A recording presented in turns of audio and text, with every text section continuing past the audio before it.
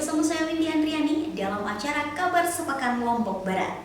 Beragam informasi Lombok Barat dalam sepekan ini akan kami hadirkan untuk Anda. Berikut informasi selengkapnya.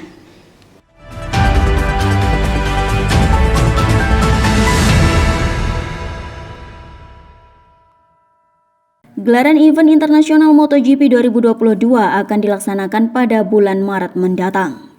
Diperkirakan 100.000 wisatawan akan menonton gelaran balap internasional di sirkuit Pertamina Mandalika. Menyambut gelaran ini, jajaran Diskominfotik Lombok Barat jelajah keindahan Pantai Sekotong.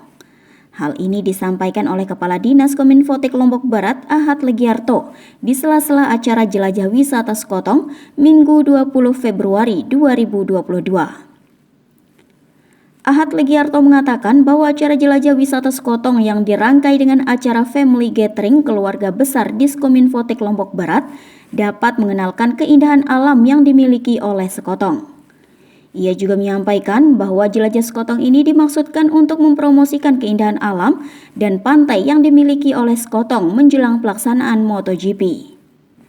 Hal ini agar para wisatawan yang akan menonton MotoGP tertarik ketika melihat keindahan alam Sekotong di medsos atau di media sosial serta berwisata ke Sekotong saat berada di Lombok. Ahad Legiarto juga mengatakan bahwa jelajah Sekotong yang dilakukan oleh keluarga besar Diskominfotik Lombok Barat akhir pekan tersebut dipusatkan di wilayah kawasan Pantai Elak-Elak, Desa Sekotong Barat, Kecamatan Sekotong. Pantai ini memiliki garis pantai yang panjang dengan hamparan pasir putih yang memanjakan mata. Selain itu, pantai ini juga memiliki air yang tenang dengan ombak yang relatif kecil. Hal ini karena pantai ini terletak di kawasan teluk yang menjorok ke dalam. Selain untuk promosi wisata, kegiatan Jelajah Sekotong juga dimaksudkan untuk menghidupkan ekonomi masyarakat di kawasan wisata. Hal ini sesuai dengan instruksi Bupati Lombok Barat melalui surat edaran untuk dapat mengembangkan ekonomi lokal, khususnya masyarakat kecil. Dengan kegiatan Jelajah Wisata Sekotong ini diharapkan ekonomi masyarakat dapat bergerak di masa-masa sulit saat ini. Pantai Elak-Elak ini memiliki daya tarik wisata yang luar biasa. Selain karena keindahan pasir pantai yang berwarna putih dan ombak yang tenang, pantai ini juga memiliki sejumlah fasilitas dan sport yang menjadi daya tarik. Pantai ini dilengkapi oleh ayunan yang bisa menjadi spot foto. Selain itu juga, pantai ini telah dilengkapi oleh deretan berugak dan kursi pantai, serta toilet dan kamar mandi yang representatif. Di lokasi ini juga sudah dilengkapi oleh kano yang dapat digunakan untuk berkeliling di Pantai Elak-Elak yang sangat indah. Wisatawan tidak perlu mengeluarkan uang yang besar untuk menyewa kano. Cukup dengan Rp30.000 untuk kano dengan kapasitas 1 orang dan Rp50.000 untuk kapasitas 3 orang. Dari tim peliput GMTV melaporkan.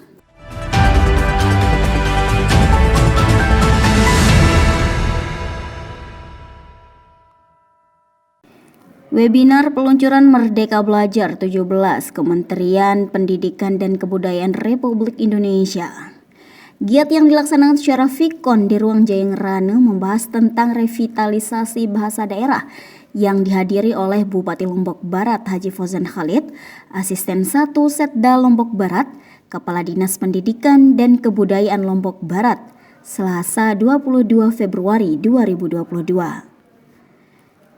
Dalam hal ini, Kementerian Pendidikan dan Kebudayaan Republik Indonesia memiliki komitmen untuk melindungi dan melestarikan bahasa dan sastra daerah melalui konservasi revitalisasi. Konservasi dalam konteks pelindungan bahasa merupakan upaya untuk mempertahankan dan mengembangkan bahasa agar tetap dipergunakan oleh penuturnya. Di tahun ini, Badan Bahasa akan menyelenggarakan revitalisasi bahasa daerah berbasis sekolah dan komunitas. Tercatat sekitar 38 bahasa sasaran yang akan direvitalisasi di 12 provinsi, yaitu di Provinsi Sumatera Utara, Jawa Barat, Jawa Tengah, Bali, Nusa Tenggara Barat, NTT, Kalimantan Tengah, Kalimantan Timur, Sulawesi Selatan, Maluku, Maluku Utara, dan Papua. Bahasa daerah ini kan bahasa warisan. ya bahasa warisan dari nenek moyang kita, kemudian bahkan kita menjadikannya sebagai bahasa ibu. Nah, sekarang menjadi kewajiban kita untuk menjaga, memelihara, bahkan mengembangkannya. Nah, karena itu kita di Lombok Barat alhamdulillah salah satu muatan lokal di sekolah-sekolah itu adalah bahasa daerah. Kita memang harus memperkuatnya ya, memperkuat dan kemudian juga membuat semacam standarisasi. Dan saya kira itu lewat pemerintah provinsi sudah melakukan itu. Tinggal kita perluas saja ya, perluas di muatan lokalnya, kemudian juga memperluas praktek pemakaiannya di sekolah-sekolah. Artinya Lombok Barat mendukung untuk proses sangat mendukung, itu adalah bahasa kita. Melindungi bahasa daerah dari kepunahan merupakan hal yang penting. Untuk itu, revitalisasi bahasa daerah merupakan prioritas program Merdeka Belajar. Pada kesempatan yang sama, Ketua Komisi DPR RI juga menyampaikan bahwa bahasa daerah merupakan warisan luhur untuk tetap dilestarikan agar tidak punah. Dari tim peliput GMTV melaporkan.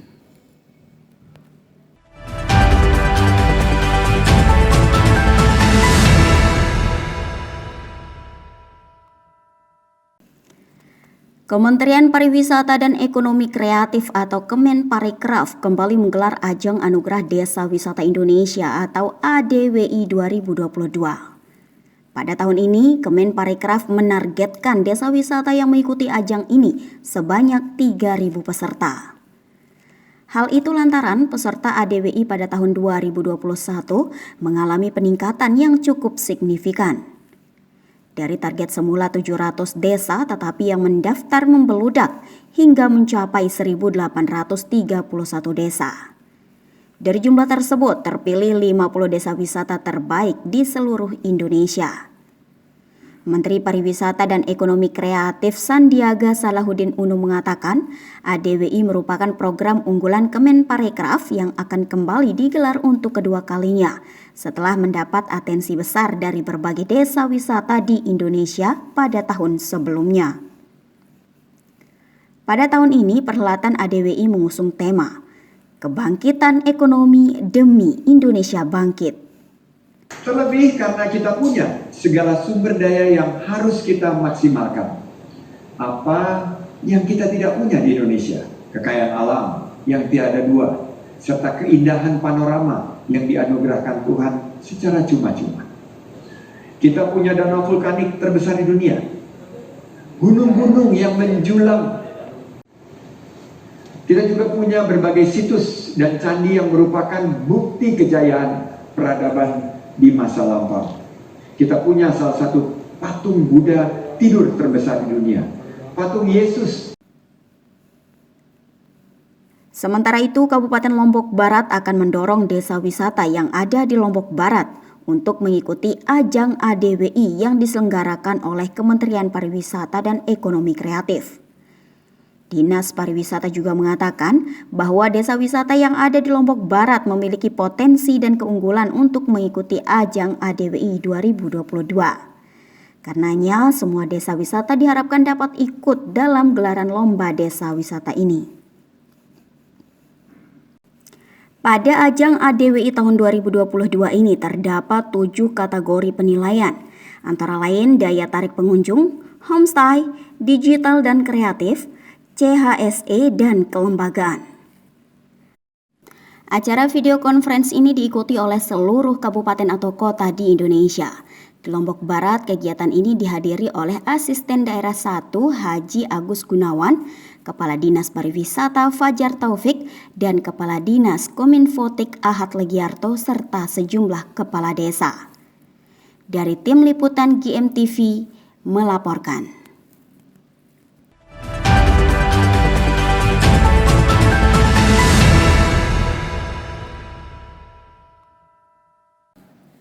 Bupati Lombok Barat hadiri rapat pimpinan 2 di Aula Kantor Bupati, Kamis 24 Februari 2022. Agenda rapat pimpinan yang dilaksanakan sebagai salah satu apresiasi dan pemberian piagam penghargaan kepada 11 wajib pajak atas partisipasi dalam hal kepatuhan pembayaran pajak tepat waktu. Penghargaan ini diberikan kepada hotel dan restoran yang ada di kawasan wisata di daerah Lombok Barat, serta reward kepada badan dan lembaga di Lombok Barat. Selain itu, kegiatan ini juga dirangkai dengan pemberian kartu BPJS Ketenagakerjaan secara simbolis oleh Ketua BPJS kepada semua pegawai non-PNS lingkup pemerintah Lombok Barat.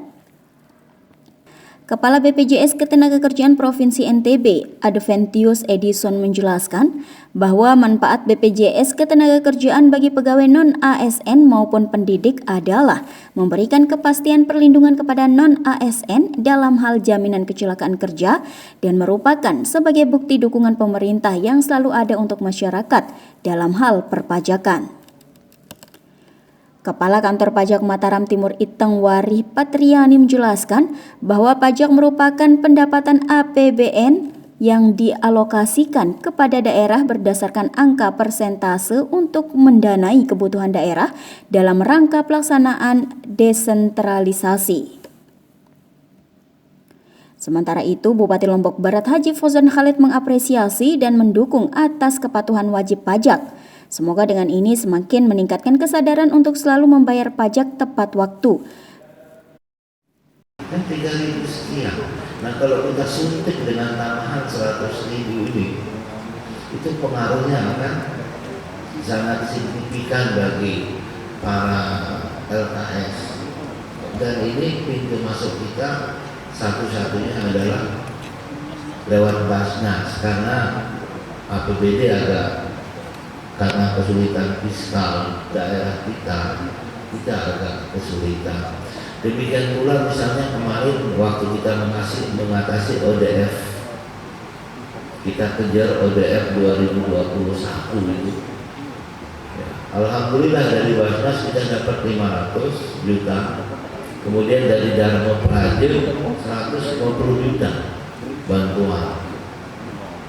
Demikian pula waktu misalnya bencana itu lewat Basnas juga, satu kakak itu mendapatkan 500.000. Belum kita berbicara beasiswa, belum kita berbicara tempat ibadah, belum kita berbicara masyarakat kita yang sakit misalnya yang tidak tercover dalam BPJS dan seterusnya. Jadi sekali lagi Pak Kapusra, kemudian juga koordinasi dengan pariwisata untuk kontak para pelaku para karyawan wisatawan dengan dinas pertanian untuk para kelompok tani dan seterusnya, sehingga potensi ini betul-betul bisa kita gali dan kemudian manfaatnya itu bisa membantu kita dalam konteks pengentasan kemiskinan. Pada kesempatan yang sama, Bupati juga menyinggung terkait perhelatan MotoGP yang dilaksanakan dalam waktu dekat, serta memberikan masukan tentang terobosan mengenai bank sampah sebagai salah satu strategi pemasaran untuk tiket MotoGP yang direncanakan digelar setiap tahunnya. Dari tim peliput GMTV melaporkan.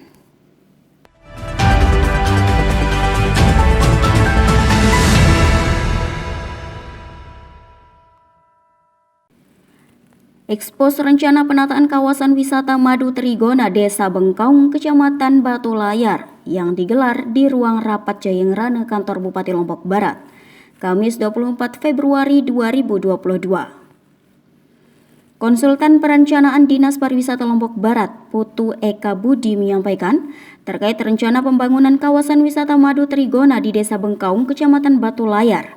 Selain tujuannya untuk memajukan perekonomian masyarakat sekitar serta memaksimalkan potensi yang dimiliki oleh desa setempat. Hal ini juga bermaksud sebagai pusat edukasi budidaya trigona di Lombok Barat. Namun, banyaknya fasilitas di kawasan tersebut yang belum terrealisasi, seperti tempat kuliner, gedung pengolahan madu, aula rapat, dan lain-lain. Oleh sebab itu, Eka berharap agar hal ini bisa diselaraskan dengan DAK, karena mengingat dampak ke depan untuk masyarakat yang menjadi peluang baik untuk memperbaiki perekonomian. Sementara itu, Bupati Lombok Barat dalam kesempatan yang sama juga memberikan apresiasi atas upaya yang akan dilakukan oleh pemerintah daerah, dalam hal ini untuk kemaslahatan masyarakat Lombok Barat. Namun yang menjadi catatan agar memanfaatkan lahan yang dimiliki oleh pemerintah daerah, bukan milik pribadi, untuk menghindari dampak negatif di kemudian hari. Kita memberikan pemerintah pusat itu dua pilihan. Satu itu desa Bengkau ini, yang kedua adalah Cemara. Kekuatannya di sini di Bengkau ini karena kita mengatakan ini tanah pemuda. Karena memang peraturan perundang-undangan seperti itu. Tapi kemudian dalam prosesnya ternyata masyarakat Bengkau keberatan tanah ini menjadi milik pemuda. Saya juga tidak tahu cara berpikirnya masyarakat itu. Kenapa kok mempermasalahkan? Tapi ini saya aja, ini bukan. Kalau saya itu mohon maaf, mau tanah itu tanah negara, mau tanah provinsi, mau tanah kabupaten, mau tanah desa. Kalau bisa dibangun dan untuk kepentingan masyarakat, jangan untuk pribadi, ya silahkan saja. Gitu. Sebenarnya ini cara saya berpikir. Tapi kan kita tidak bisa mengintervensi cara berpikir masyarakat. Karena itu sekarang nanti Pak Asisten ini akan mengajak Pak Kades dan Pak Sekdes untuk mencari solusi. Yang pasti kita di pemerintah daerah dimanapun tempat wisata desa, saya persilahkan pakai tanah pemuda. Selalu saya persilahkan. Tapi jangan begitu kita kasih dibiarin, nah itu yang kita tidak mau. Syarat saya hanya satu biasanya, jangan jadi milik pribadi. Mengingat dana DAK yang terbatas, ia juga menegaskan agar dana tersebut bisa difungsikan secara maksimal dan secara tepat. Akhir sambutannya, Bupati juga memuji potensi yang ada di desa tersebut. Oleh sebab itu, masyarakat diminta agar memanfaatkan potensi yang sudah terbilang luar biasa, salah satunya pada sektor pertanian. Dari tim peliput GMTV melaporkan.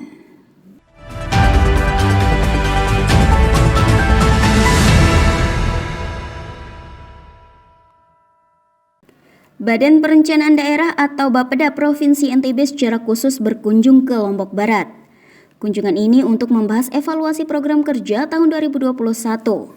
Selain itu, kunjungan kerja ini juga untuk mensinkronkan program kerja Provinsi dan Kabupaten Lombok Barat untuk tahun 2022.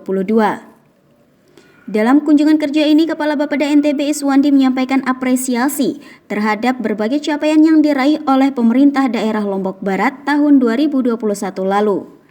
Ia juga meminta agar tahun 2022 Lombok Barat dapat terus berkolaborasi dengan provinsi dalam melangsungkan pembangunan.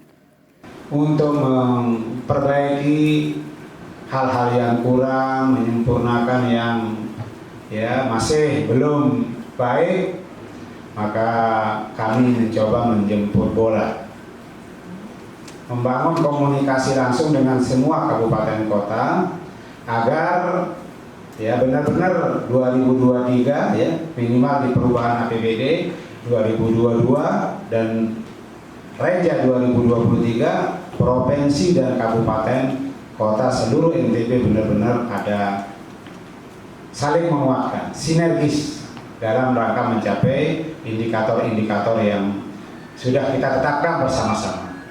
Sementara itu, Bupati Lombok Barat Haji Fauzan Khalid menyampaikan terima kasih atas kunjungan khusus Bapeda NTB ke Lombok Barat. Ia menyampaikan bahwa pemerintah Kabupaten Lombok Barat fokus pada program penurunan angka stunting dan peningkatan IPM Lombok Barat. Berbagai langkah telah dilakukan oleh pemerintah kabupaten untuk mencapai target yang ditentukan. Bupati Fauzan juga menyampaikan tentang program peningkatan infrastruktur jalan yang sangat dibutuhkan oleh masyarakat, karena pembangunan infrastruktur akan berpengaruh pada semua sektor pembangunan.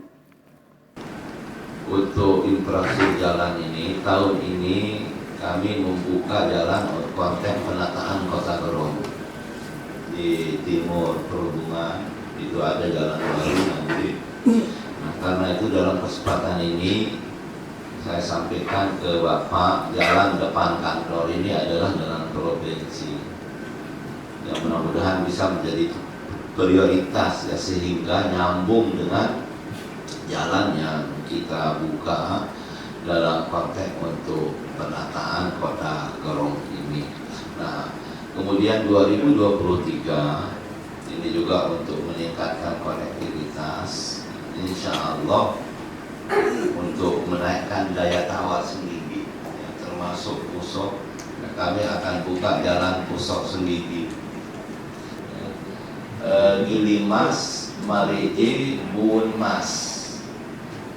Ya, sebenarnya juga ya, Unram ini sudah kami tawarkan di Marije sebenarnya, ya, karena memang penataan tata ruang kita itu Marije ini juga nanti akan menjadi semacam simpul gitu, simpul pertemuan Sekotong Gerong, Sekotong menuju ibu kota Lombok Barat, dan alhamdulillah juga sudah masuk ke tata ruang provinsi. Kapan jadi Marije, Gilimas, Marije, Buunmas itu sudah masuk ke tata ruang provinsi, dan kami insya Allah di 2023 Tempos Marije.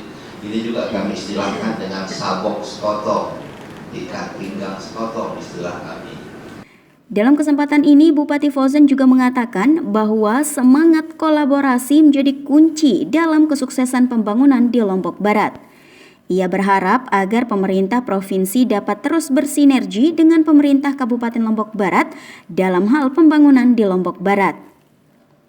Dalam penerimaan kunjungan kerja ini, Bupati Lombok Barat yang didampingi oleh sejumlah pejabat penting di Lombok Barat, diantaranya Asisten Daerah 2, Kepala Bapeda, Kadis Dukcapil, Kadis Ketahanan Pangan, dan Kadis Perindak. Dari tim peliput GMTV melaporkan.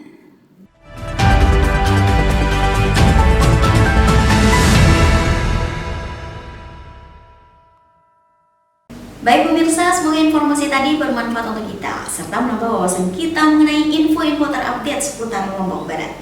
Mari kita dukung channel GMTV Lombok Barat dengan cara share, like, comment, and subscribe.